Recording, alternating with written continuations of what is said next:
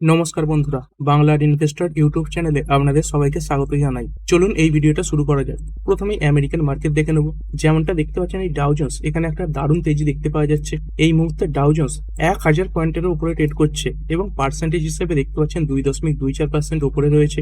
এবং তারই সঙ্গে সঙ্গে নাসডাক কম্পোজাইট এখানেও একটা ভালো তেজি দেখতে পাওয়া যাচ্ছে, 3.40% উপরে রয়েছে। পয়েন্ট হিসেবে দেখতে পাচ্ছেন প্রায় 700 পয়েন্টের কাছাকাছি বাড়া। এবং দেখতে পাচ্ছেন কিছুক্ষণ আগেই এই যে নাসডাক এখানে কিন্তু শার্প র্যালি এসেছে।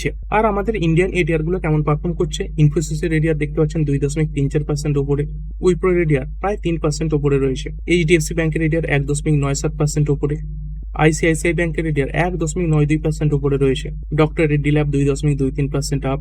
এবং এর সঙ্গে সঙ্গে এই যে যাত্রা অনলাইন এখানে 9%-এর কাছাকাছি তেজি দেখতে পাওয়া যাচ্ছে। মানে বুঝতে পারছেন আমেরিকান মার্কেট বলুন, তার সঙ্গে সঙ্গে এই যে ইন্ডিয়ান এডিআর গুলো রয়েছে সব জায়গাতে ভালো তেজি দেখতে পাওয়া যাচ্ছে। আর এর সঙ্গে সঙ্গে আমাদের এই যে গিভ নিফটি, যেটা আমাদের নিফটির ওপেনিং কে সংকেত দেয়, তো সেই গিভ নিফটিতেও দেখতে পাচ্ছেন এই 293 পয়েন্টের কাছাকাছি তেজি এই মুহূর্তে রয়েছে। আর কি কারণে এরকম সব মার্কেটে তেজি দেখতে পাওয়া যাচ্ছে, এটাই কারণ দেখতে পাচ্ছেন Trump indicates flexibility on Hormuz, শেষ war would not last much longer. মানে ট্রাম্প তিনি এই হরমুজ প্রণালী এটার ব্যাপারে আগের থেকে অনেক ফ্লেক্সিবল হয়েছেন। তার সঙ্গে সঙ্গে এটাও বলেছেন এই যে যুদ্ধ সেটা বেশি দিন চলবে না। মানে আমেরিকা তাদের দিক থেকে এই যে যুদ্ধ সেটা কিন্তু বন্ধ করতে চাইছে। এই আমেরিকা বিভিন্ন প্রকারের চাপে পড়েছে, কারণ তাদের দেশে এই যে গ্যাস রয়েছে তার দাম অনেক বেড়ে গেছে, তেলের দামও বাড়ছে, ভেতরে অনেক পলিটিক্যাল প্রেসারও কিন্তু পড়ছে। এবং ট্রাম্প আজকে এটাও বলে দিয়েছেন, গো গেট ইউর ওন অয়েল। মানে সব দেশকে বলে দিয়েছেন যে নিজেদের তেলের ব্যাপার নিজেরা বুঝে নাও, আমরা শুধুমাত্র এই যে স্টেট অফ হরমুজ এটার দায় নিজেদের মাথায় রাখবো না। আগে যেমনটা মনে করা হচ্ছিল এই যে যুদ্ধ সেটা আরো অনেকটা দীর্ঘমেয়াদী হবে, আর এখন বর্তমান পরিস্থিতিতে দাঁড়িয়ে মনে হচ্ছে এই যে যুদ্ধ সেটা কিন্তু অতদিন নাও চলতে পারে। আর এই যুদ্ধ বন্ধ হতে পারে শুধুমাত্র ইরানের একটা কথাতেই। মানে আমেরিকা তাদের দিক থেকে তো বলেই দিচ্ছে যে ইরান তাদের সঙ্গে চাইলে যে কোনো সময় এই আলোচনার টেবিলে বসতে পারে। তো ইরান যদি একবার হ্যাঁ বলে দেয় তাহলে কিন্তু এই যে যুদ্ধ সেটা বন্ধ হয়ে যেতে পারে। এখন ইরান দেখতে পাচ্ছেন তারা তাদের দিক থেকে পাল্টা আক্রমণ করার কথাও বলছে। যেমন এই ইরান তারা কি করছে, তারা এটাই বলেছে উইল টার্গেট ইউএস ফার্মস। তো আমেরিকার যে বড় বড় ফার্মগুলো রয়েছে যেমন এই মাইক্রোসফট, গুগল, অ্যাপেল, এদের উপর অ্যাটাক করার কথা বলছে। আর দেখুন এই যে সংস্থাগুলো রয়েছে মাইক্রোসফট, গুগল, অ্যাপেল, এদের টাকাও কিন্তু এই যে আমেরিকার ইকোনমি তার উপর একটা বড় কন্ট্রিবিউট করে। তো এই আমেরিকা তারা কখনোই চাইবে না এই মাইক্রোসফট, গুগল, অ্যাপেল এই ধরনের যে বড় বড় সংস্থাগুলো রয়েছে এদের উপর অ্যাটাক শুরু হয়ে যাক। এবং কালকের দিনটার কথা বলা হয়েছে এপ্রিলের 1, যে এপ্রিলের 1 থেকেই এই যে অ্যাটাক সেগুলো শুরু হতে পারে। যদি এরকমটা হয় তাহলে পরিস্থিতি আরো খারাপ হবে। কিন্তু তার আগে ডোনাল্ড ট্রাম্পের তরফ থেকে এই যুদ্ধ বন্ধের জন্য বিভিন্ন সংকেত কিন্তু পাওয়া যাচ্ছে। আর তারপরে ইরানের প্রেসিডেন্ট এনার তরফ থেকেও একটা ভালো মন্তব্য সামনে এসেছে। তিনি কি বলছেন, wanted to end the war but need guarantees confirmed. মানে তারা তো তাদের দিক থেকে এই যে যুদ্ধ সেটা বন্ধ করতে চায়, কিন্তু ভবিষ্যতে আর যে কোনো প্রকার যুদ্ধ হবে না, এই আমেরিকা তাদের উপর অ্যাটাক করবে না, ইসরায়েল তাদের উপর অ্যাটাক করবে না, এই ব্যাপারে ইরানকে গ্যারান্টি দিতে হবে, তবেই তারা এই যে যুদ্ধ সেটা থামাবে। মানে আজকের দিনে এই যে সিচুয়েশন সেটা কিন্তু কিছুটা ইমপ্রুভ হয়েছে। আর এরপরে কথা হলো আগামীকাল এই যে 1 এপ্রিল সেটা শুরু হয়ে যাচ্ছে, মানে একটা নিউ ইয়ার বলতে পারেন। তো নর্মাল যারা ব্যক্তি রয়েছেন তাদের জন্য তো এই 1 জানুয়ারি সেটা নিউ ইয়ার, কিন্তু যারা এই ফাইন্যান্সের সঙ্গে যুক্ত রয়েছে তাদের জন্য এই যে 1 এপ্রিল এটাকে কিন্তু নিউ ইয়ার হিসাবে গণ্য করা হয়। তো আগামীকাল থেকে এই শেয়ার মার্কেটেরও অনেক কিছু চেঞ্জ হতে চলেছে, এমনিও ফাইন্যান্সিয়াল মার্কেটের অনেক কিছু চেঞ্জ হবে। যদি শেয়ার মার্কেটেরই কথা বলি, প্রথমত এই যে মার্চ মাস সেটা শেষ হলো, আর একটা মাস শেষ হলে কি হয়, এই স্টক মার্কেটের বিভিন্ন সেক্টর গুলো তাদের বিভিন্ন ডেটা সামনে রাখে। যেমন প্রথমে যদি কথা বলি এই যে অটো সেলস এর ডেটা সামনে আসবে, বিভিন্ন গাড়ির কোম্পানিগুলো তাদের যে বিক্রির ডেটা সেটা সামনে রাখবে। আর এই সময় অটো সেলস এর যে ডেটা আসবে সেটা কিন্তু সবসময় ইয়ার অন ইয়ার কম্পেয়ার করতে হবে। মানে যদি আগের মাসের সঙ্গে কম্পেয়ার করেন তাহলে ভুল হবে। দেখতে পাচ্ছেন মার্চে অটো সেলস কেমন হতে পারে, early Navratri May at demand. তো আর্লি নবরাত্রির জন্য এই যে ডিম্যান্ড সেটা বাড়তে পারে। এই মারুতি, মাহিন্দ্রা, টাটা এই কোম্পানিগুলো তাদের সেলস এর যে ডেটা এগুলো সামনে রাখবে। আর কেন বলছি এই সময় ইয়ার অন ইয়ার কম্পেয়ার করতে হবে, মানে আগের বছরের মার্চ মাসের সঙ্গে কম্পেয়ার করতে হবে। কারণ দেখুন এই মার্চ মাসে গাড়ি যে বিক্রি সেগুলো একটু বেশি হয়, কোম্পানিগুলো কি করে অনেক ডিসকাউন্টে তাদের যে গাড়ি সেগুলো ছেড়ে দেয়, তাদের অনেক কিছু টার্গেট ফুলফিল করতে হয়। তো সেই সব কিছুর কারণে এই মার্চ মাসে গাড়ি বিক্রি অনেকটাই হয়। তো যদি আর আগের মাসের তুলনায় দেখেন তাহলে দেখবেন গাড়ির বিক্রি অনেকটাই বেড়ে গেছে। তো এটা ইয়ার অন ইয়ার কম্পেয়ার করবেন। তো প্রতিটা গাড়ির যে ডেটা সেগুলো তো নজরে থাকবেই। এবং তার সঙ্গে সঙ্গে যদি কথা বলি এই যে ইভি গাড়ি বিক্রির ডেটা সেটাও কিন্তু খুব গুরুত্বপূর্ণ। কারণ এই সময় কি হচ্ছে, এই ক্রুড অয়েলের দাম বেড়ে যাচ্ছে, অনেক মানুষ কি করবেন এই সময় ক্রুড অয়েলের দাম বেড়ে যাওয়ার কারণে এই যে ইলেকট্রিক ভেহিকেল এগুলোর দিকে ঝুঁকবেন। তো এই ইলেকট্রিক ভেহিকেলের সেলস বাড়লো কিনা, এটাও কিন্তু একটা গুরুত্বপূর্ণ ব্যাপার। এছাড়া বিশেষ করে টাটা মোটরসের যে নাম্বার সেটা ফোকাসে থাকবে, যেমনটা এই টাটা মোটরসের যে জাগুয়ার ল্যান্ড রোভার রয়েছে সেখানে সাইবার অ্যাটাকের কারণে গাড়ির যে বিক্রি সেগুলো অনেকটাই কমে গিয়েছিল। তো এখানে নাম্বার কেমন আছে এটা দেখতে হবে। তার সঙ্গে সঙ্গে এই কিছুদিন আগেকারই খবর, 5 দিন আগেকার, এই জেএলআর টেম্পোরারিলি হল্ট প্রোডাকশন এট সলিহাল প্ল্যান্ট। তো এর যে এফেক্ট সেগুলো তো এর পরের মাসে মানে এপ্রিলের সেলসে দেখতে পাওয়া যাবে। তো ওই সাইবার অ্যাটাকের কারণে এতে কতটা ক্ষতি হয়েছে এটা দেখা কিন্তু খুবই গুরুত্বপূর্ণ। আর শুধুমাত্র এই 4 চাকা গাড়ি নয়, আরো যে বিভিন্ন গাড়ি রয়েছে, 3 হুইলার বলুন, 2 হুইলার বলুন, তার সঙ্গে সঙ্গে যে ট্রাক্টর বলুন, এগুলো সেলসের ডেটা সামনে আসবে। আর যদি 2 হুইলারের কথা বলি, এই 2 হুইলারের মধ্যে ইভি মডেল রয়েছে।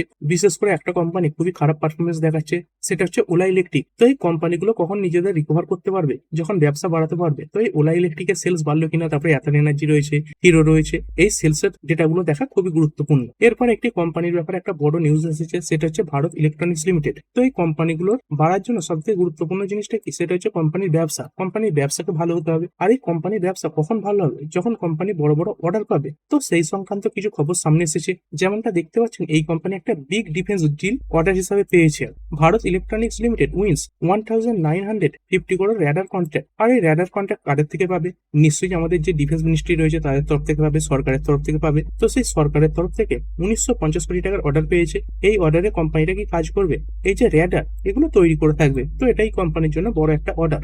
এছাড়া আগামীকাল 1 এপ্রিল, তো এই স্টক মার্কেট রিলেটেড অনেক কিছু চেঞ্জ হতে চলেছে। যেমনটা দেখতে পাচ্ছেন এই 1 এপ্রিল থেকে এই স্টক মার্কেটে কিছু একটা জিনিস লাগু হয়ে যাওয়ার কথা ছিল। তো সেই ব্যাপারটা আরবিআই ডিলে করে দিয়েছে, মানে ডেফার করে দিয়েছে, পিছিয়ে দিয়েছে। এমনটা নয় যে বন্ধ করে দিয়েছে, কিন্তু কাল থেকে যেটা চালু হতো তার টাইম ফ্রেম কিছুটা বাড়িয়ে দিয়েছে, সেটাই জুলাইয়ের 1 তারিখ থেকে চালু হবে। তো কি সেই জিনিসটা চলুন দেখে নিই। কিছু লোন লিমিট নিয়ে আরবিআই এবং সেবির মধ্যে ডিসকাস হয়েছিল। তো সেই ব্যাপারগুলো কাল থেকে লাগু হয়ে যাওয়ার কথা ছিল, কিন্তু কাল থেকে হচ্ছে না, 1 জুলাই থেকে হবে। কি হয়েছে দেখতে পাচ্ছেন আপনি আপনার পোর্টফোলিওতে রাখা শেয়ারের বিপরীতে ব্যাংক থেকে লোন নিতে পারতেন, মানে যেমন খুশি লোন নিতে পারতেন, এই ব্যাংকগুলো যতটা দিত। কিন্তু সেই ব্যাপারে আরবিআই একটা ক্যাপ লাগিয়ে দিয়েছে। আপনার পোর্টফোলিওতে যত খুশি শেয়ার থেকে থাকুক না কেন, আপনি এই ইন্ডিয়ার সমস্ত ব্যাংক থেকে টোটাল 1 কোটি পর্যন্তই লোন পাবেন, তার বেশি লোন কিন্তু আপনি পাবেন না। তারই সঙ্গে সঙ্গে আপনি যদি আইপিও, এফপিও এবং ইসব এগুলোতে টাকা লাগাবার জন্য লোনের আবেদন করেন, সেখানে সর্বোচ্চ 25 লাখ পর্যন্ত লোন পাবেন। এই নিয়মটা কাল থেকে লাগু হয়ে যাওয়ার কথা ছিল, কিন্তু কাল থেকে হচ্ছে না। এবং তার সঙ্গে সঙ্গে এই যে কোলেটেরাল,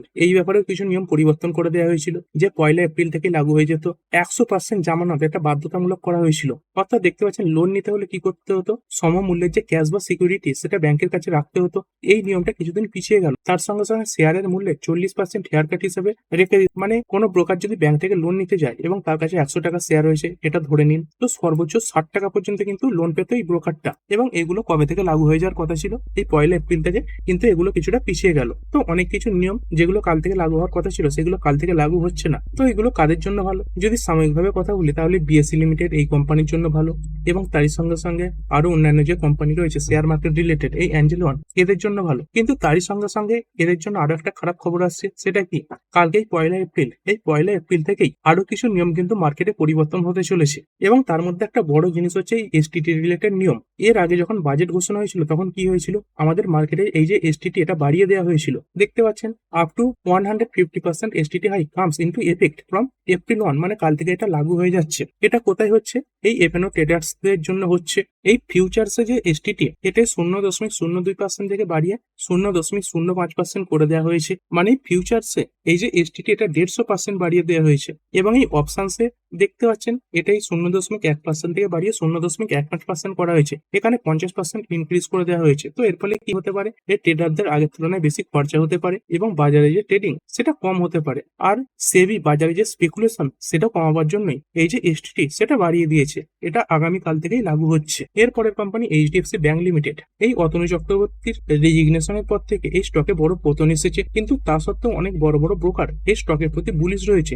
অনেক ব্রোকার বলছে এই কোম্পানিটা বর্তমানে ভালো একটা ভ্যালুয়েশনে চলে এসেছে। এইখানে দেখতে পাচ্ছেন এই যে জেপিএম, মানে জেপি মর্গান, এরা এই ব্যাংকটাকে আপগ্রেড করে দিয়েছে। তার সঙ্গে সঙ্গে এই যে জেব্রিস তারাও আপগ্রেড করেছে এবং 64% আপসাইডের টার্গেট দিচ্ছে। কারণ কোম্পানির যে ভ্যালুয়েশন এটা দেখতে পাচ্ছেন 16 বছরের সর্বনিম্ন জায়গাতে চলে এসেছে।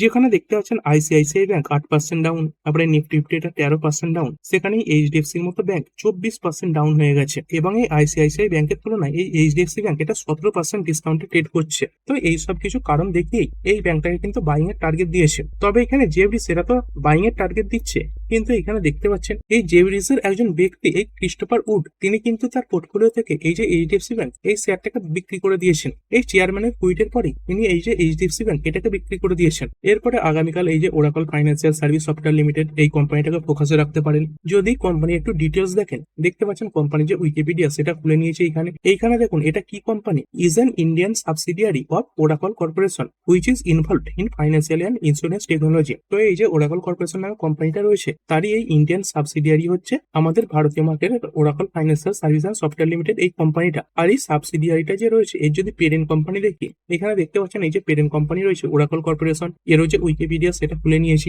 এটা দেখতে পাচ্ছেন এই যে এন্টারপ্রাইজ সফটওয়্যার, তার সঙ্গে সঙ্গে business software, cloud computing, computer hardware, consulting এই সমস্ত সেক্টরে কাজ করে থাকে।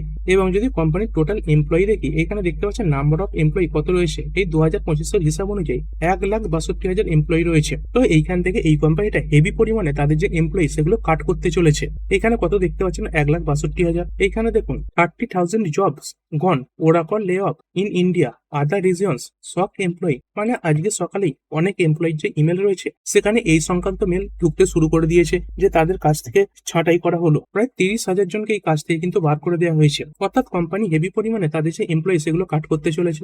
যদি এই হিসেবেও দেখি এখন এই কোম্পানির কাছে প্রায় 1,30,000 কাছাকাছি এমপ্লয়ি রয়ে গেল। আর অনেক কোম্পানি কেন এই সময় এই এমপ্লয়ি ছাঁটাই করছে, কারণ এআই এসে অনেকের কাজ কিন্তু নষ্ট করে দিচ্ছে, অনেকের কাজ খেয়ে নিচ্ছে। এই 10 জন ব্যক্তির কাজ একজন ব্যক্তি এই এআই সাহায্য করে ফেলতে পারছে, সেই কারণের জন্য এত এমপ্লয়ি কিন্তু লাগছে না। তো যে সমস্ত ব্যক্তির কাজ গেল তাদের জন্য তো এটা খারাপ খবর, কিন্তু কোম্পানি তাদের যে প্রফিট সেটা বাড়াবার জন্য বা খরচা সেটা কমাবার জন্য এই যে পদক্ষেপ সেটা নিয়েছে। এবং এই কারণে যদি দেখেন এই আমেরিকান মার্কেটে এই যে কোম্পানিটা রয়েছে ওরাকল কর্প, তাতে দেখতে পাচ্ছেন একটা দারুণ তেজি এসেছে, 4.62% বেড়েছে। এবং এই কারণে আমাদের ইন্ডিয়ান মার্কেটে এই কোম্পানির যে সাবসিডিয়ারিটা রয়েছে ওরাকল ফাইন্যান্সিয়াল সেটাকে ফোকাসে রাখতে পারেন। এর পরের কোম্পানি কিউপিট, এই কোম্পানিটাকেও আগামীকাল ফোকাসে রাখতে পারেন। কিসের কারণে এখানে দেখতে পাচ্ছেন কি রিপোর্ট সামনে আসছে, Cupid set to surpass financial year 26 guidance of 3.35 billion rupees revenue and 1 billion rupees net profit. মানে কোম্পানি ফুল ফাইন্যান্সিয়াল ইয়ার 2026 এর জন্য একটা গাইডেন্স দিয়েছিল যে 3.35 বিলিয়ন রুপি তারা রেভিনিউ হিসাবে তৈরি করবে এবং 1 বিলিয়ন রুপির প্রফিট তৈরি করবে। তো এটাই মনে করা হচ্ছে কোম্পানি ফাইন্যান্সিয়াল ইয়ার 2026 এর যে গাইডেন্স সেটার থেকেও ভালো পারফরমেন্স দেখাতে পারে। এরপরের company Texmaco rail and engineering limited, এইখানে কোম্পানির একটা বড় মাপের অর্ডার পেয়েছে। এইখানে দেখতে পাচ্ছেন 357 কোটি টাকার অর্ডার এই কোম্পানি পেল। কাদের তরফ থেকে পেয়েছে দেখতে পাচ্ছেন এই জেএসডব্লিউ গ্রুপ এদের তরফ থেকে পেয়েছে। কিসের জন্য? এই রেলওয়ে ওয়াগন এবং তার সঙ্গে সঙ্গে রিক্স এগুলো তৈরি করার জন্য। এরপরে যদি কথা বলি এই গ্যাসের দাম, সেটা আবার আজকের মধ্যরাত্রি থেকে বেড়ে গেল। তো এটা শুনেই ভয় পাওয়ার কিছু নেই। এই যে ডোমেস্টিক গ্যাসের দাম সেটা কিন্তু বাড়লো না, বাড়লো কিসের দাম? এই কমার্শিয়াল গ্যাসের দাম বাড়লো। এইখানে যেমনটা দেখতে পাচ্ছেন এর আগে আমাদের এই যে ডোমেস্টিক গ্যাস সেটা তো 60 টাকা বাড়ানো হয়েছিল, কিন্তু সেটা আর বাড়ানো হলো না। এর আগেও এই যে 19 কেজির বাণিজ্যিক গ্যাস সিলিন্ডার রয়েছে সেটার দাম বাড়িয়ে দেওয়া হয়েছিল। বাড়িয়ে কত করা হয়েছিল? 1875 টাকা 50 পয়সা করে দেওয়া হয়েছিল। এবং তারপরে দেখতে পাচ্ছেন আজকের মধ্যরাত থেকেই এই যে বাণিজ্যিক গ্যাসের দাম সেটা আবার এই 218 টাকা বাড়িয়ে দেওয়া হলো। মানে সব মিলিয়ে এই যে কমার্শিয়াল গ্যাস রয়েছে তার দাম গিয়ে দাঁড়ালো 2208 টাকায়। তো যে সমস্ত সেক্টর, যে সমস্ত ব্যবসা এই বাণিজ্যিক গ্যাস ব্যবহার করে থাকে তাদের জন্য এটা খারাপ হলো। প্রথমত যদি কথা বলি এই যে রেস্টুরেন্ট টাইপের কোম্পানিগুলো রয়েছে, কিউএসআর সার্ভিস মানে হোটেল সার্ভিস, এই কোম্পানিগুলোর অনেকটা ক্ষতি হলো। তার সঙ্গে সঙ্গে এই যে ইটারনাল, সুইগি এদের মতো কোম্পানিগুলোর অনেক লস হবে। কি কারণে? কারণ যদি হোটেলে এই গ্যাসের দাম বাড়ার কারণে রান্না বান্নাই না হয় তাহলে ইটারনাল, সুইগি এরা কি সাপ্লাই করবে? এবং তার সঙ্গে সঙ্গে বিভিন্ন যে মিষ্টি তারও দাম বেড়ে যাওয়ার সম্ভাবনা কিন্তু দেখতে পাওয়া যাচ্ছে। তো এই গ্যাস রিলেটেড প্রবলেম সেটা কিন্তু ভালোই রয়েছে, যেটাই সরকারের গ্যাসের দাম বাড়ানো থেকে বোঝা যাচ্ছে। আর ভিডিও শেষে চলুন বন্ধুরা আরো একবার আমেরিকান মার্কেট দেখে নিই। এখানে যেমনটা দেখতে পাচ্ছেন এই যে ডাউ জোন্স এটা এখন এই 969 পয়েন্ট ওপরে রয়েছে এবং তার সঙ্গে সঙ্গে এই যে নাসডাক কম্পোজিট এখানে 700 পয়েন্টের কাছাকাছি তেজি এখনো দেখতে পাওয়া যাচ্ছে। তো ঠিক আছে বন্ধুরা, আশা করছি ভিডিওটা আপনাদের ভালো লেগেছে। আপনি চাইলে এটাকে লাইক এবং শেয়ার করতে পারেন।